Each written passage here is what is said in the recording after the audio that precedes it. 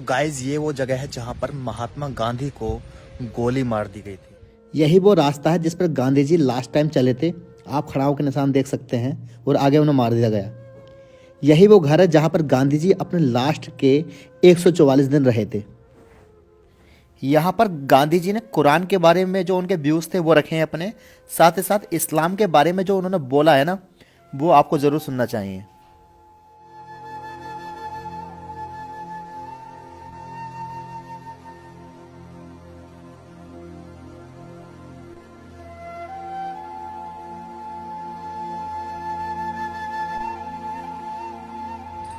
कैसे हो दोस्तों, एक और ब्लॉग में स्वागत है। और आज मैं आपको लेकर आया हूँ उस जगह पर जहाँ पर महात्मा गांधी जी की हत्या हुई थी। नाथूराम गोडसे ने उनको गोली मार दी थी और ये जगह जो है नेशनल डिफेंस कॉलेज है, उसके पास है। तो चलिए, ब्लॉग बहुत मजे का होने वाला, तो चलिए चलते हैं उस जगह को देखने के लिए।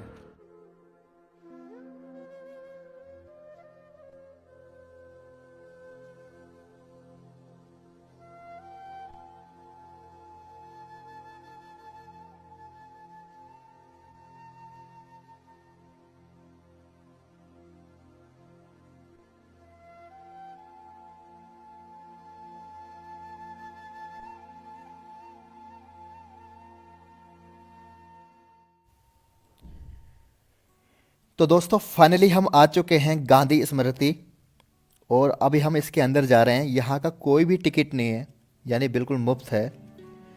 जब आप अंदर आते हो तो सैनिटाइज़र का आप ध्यान रखें, साथ ही साथ मास्क का ज़रूर ध्यान रखें। बिना मास्क के एंट्री नहीं है।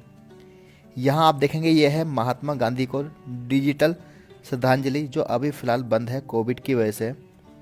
यहाँ पर जो विजिट करने वाली जगह हैं वो 3 जगह हैं, जिसमें पहली जो जगह है वो ये है बिरला भवन, जहाँ गांधी जी अपने लास्ट के 144 दिन रहे।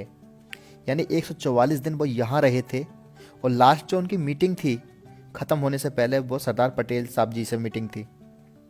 तो अभी हम उनके घर के अंदर हैं। आप ये देखिए, ये उनका विश्राम वाली जगह है जहाँ पर वो आराम करा करते थे। और उसी के बाद अगर हम अंदर चलें तो ये वो जगह है जहाँ पर गांधी जी और सरदार पटेल जी की मीटिंग हुई थी 4 बजे से लेकर 5 बजे के बीच। सफाई देख लीजिए, वाइट कलर उन्हें बहुत ज़्यादा पसंद था। और यहाँ आप पढ़ सकते हैं, लिखा हुआ है कि गांधी जी और पटेल जी की मीटिंग हुई थी। यहाँ उनके कुछ बर्तन वगैरह रखे हुए हैं।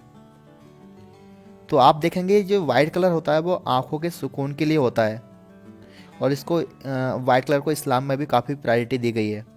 जब आप अंदर आओगे तो यहाँ पर आप जो है उनके बारे में डिजिटल भी पढ़ सकते हो, और आप पढ़ पाएंगे कि हमने एक कितनी बड़ी पर्सनैलिटी 30 जनवरी 1948 में खो दी थी। और यकीन मानिए दोस्तों, जब मैं विज़िट कर रहा था तो मैं इमोशनल हो गया था, क्योंकि ये जगह इतनी साफ़ है और शांति वाली जगह है। यहाँ पर बोलना अलाउ नहीं है, इसलिए मैं बाद में डबिंग कर रहा हूँ इसको। तो यहाँ से आप गांधी जी के बारे में पूरी इन्फॉर्मेशन पढ़ पाएंगे। और जब आप अंदर जाओगे तो बहुत कुछ है उनकी बायोग्राफी देखने के लिए। वो सीन भी देख पाएंगे जिस तरीके से गोली मारी गई थी, बट वो वीडियो में मतलब उसको रिकॉर्ड करना अलाउ नहीं था। ये हमारे गांधी जी। और उसी के बाद एक जो तस्वीर है वो तस्वीर आने वाली है गांधी जी की और उनकी वाइफ की, जो कि चरखा चलाते हुए है। आप ये देख सकते हैं, ये वही तस्वीर है गांधी जी की है, चरखा चलाते हुए, साथ में उनके खड़ाऊ भी रखे हुए नीचे। दोस्तों ये वो पल है, ये सेकंड वो जगह है जहाँ से आप इमोशनल हो जाते हो। ये खड़ाऊ के निशान जो देख रहे हैं, ये वो जगह है जहाँ से गांधी जी अपने विश्राम वाली जगह से पूजा वाली जगह में जा रहे थे।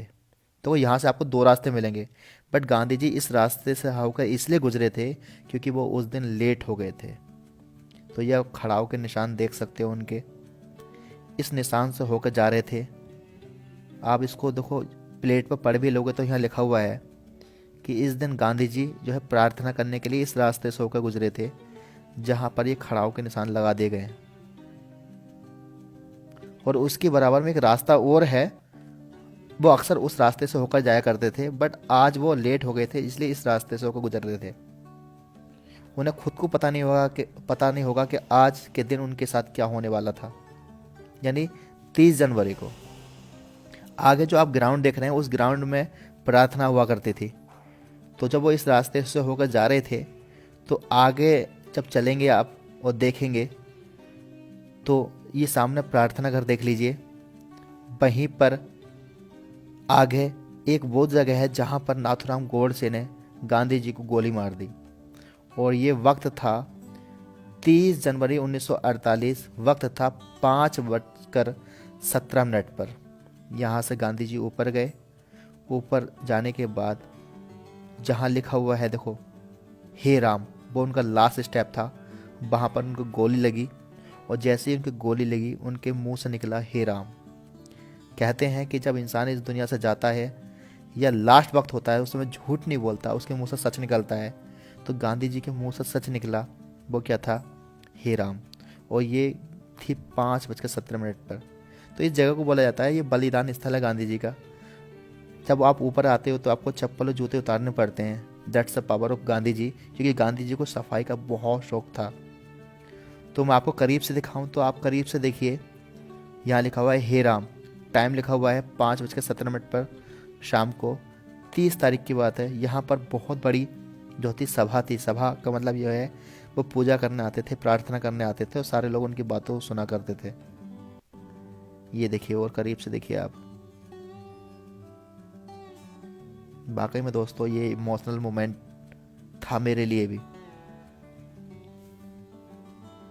जब गांधी जी इस देश से, इस दुनिया से चले गए। देखिए ये स्टेप है उनका, और ये लास्ट स्टेप है उनका।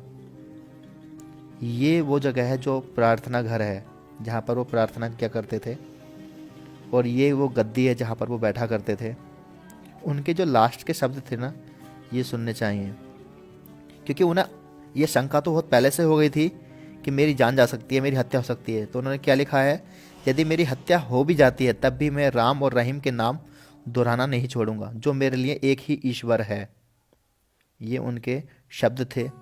गांधी जी सत्य के लिए जाने जाते हैं। यहाँ आप देख सकते हैं काफ़ी कुछ उन्होंने लिखा है। गांधी एक्चुअल में एक सोच है। तो ये वो ग्राउंड है जहाँ पर उस दिन बहुत सारे लोग बैठे थे, और उसके बाद इस दुनिया से, एक युग से, एक बहुत बड़ी पर्सनैलिटी हमारे बीच से चली गई थी। तो ये वो एक रास्ता है जिस पर गांधी जी आए थे उस दिन, क्योंकि लेट हो गए थे। और मैं एक रास्ता आपको और दिखाता हूँ जिससे अक्सर वो आते थे। तो ये जो रास्ता देख रहे हैं आप, ये उस रास्ते से गांधी जी होकर आते थे। गांधी जी ने इस्लाम के बारे में और कुरान के बारे में बहुत कुछ बोला है। कुरान के बारे में लिखा है कि मैंने कुरान का 1 से अधिक बार अध्ययन किया है, जो मेरा धर्म सिखाता है। उसके बाद उन्होंने इस्लाम के लिए लिखा है कि मैं इस्लाम को भी ईसाई धर्म, बौद्ध धर्म और हिंदू धर्म की तरह शांति का धर्म मानता हूँ। तो इस तरीके से हमारे बीच एक बहुत बड़ी पर्सनैलिटी 30 जनवरी 1948 को चली गई। दोस्तों, आपको एक बार तो ज़रूर आना चाहिए, और इस जगह पर स्पेशली यूथ को तो ज़रूर आना चाहिए, क्योंकि जिस तरीके से हिस्ट्री को मिटाने की बात की जा रही है, आपको हिस्ट्री को अगर ज़िंदा रखना है तो ऐसी जगहों पर आपको आना चाहिए। तो आई होप दोस्तों ये ब्लॉग आपको पसंद आया होगा। बहुत ही अच्छा एक्सपीरियंस रहा, और जब मैं अंदर था तो इमोशनल हो गया था। और सोचिए कि 6 साल हो गए मुझे दिल्ली में रहते हुए, मैंने इस जगह को देखा नहीं था, बट मुझे बहुत अच्छा लगा। अगर आप दिल्ली में हैं ना, तो इस जगह पर एक बार ज़रूर आइए। बहुत ही शानदार जगह है, लेकिन मानिए आप आकर यहाँ इमोशनल हो जाओगे। ब्लॉग पसंद आए तो चैनल को सब्सक्राइब करें, साथ ही साथ इंस्टाग्राम पर फॉलो कर सकते हैं, लिंक मैंने डिस्क्रिप्शन में दे रखा है। अल्लाह हाफिज़, जय हिंद दोस्तों।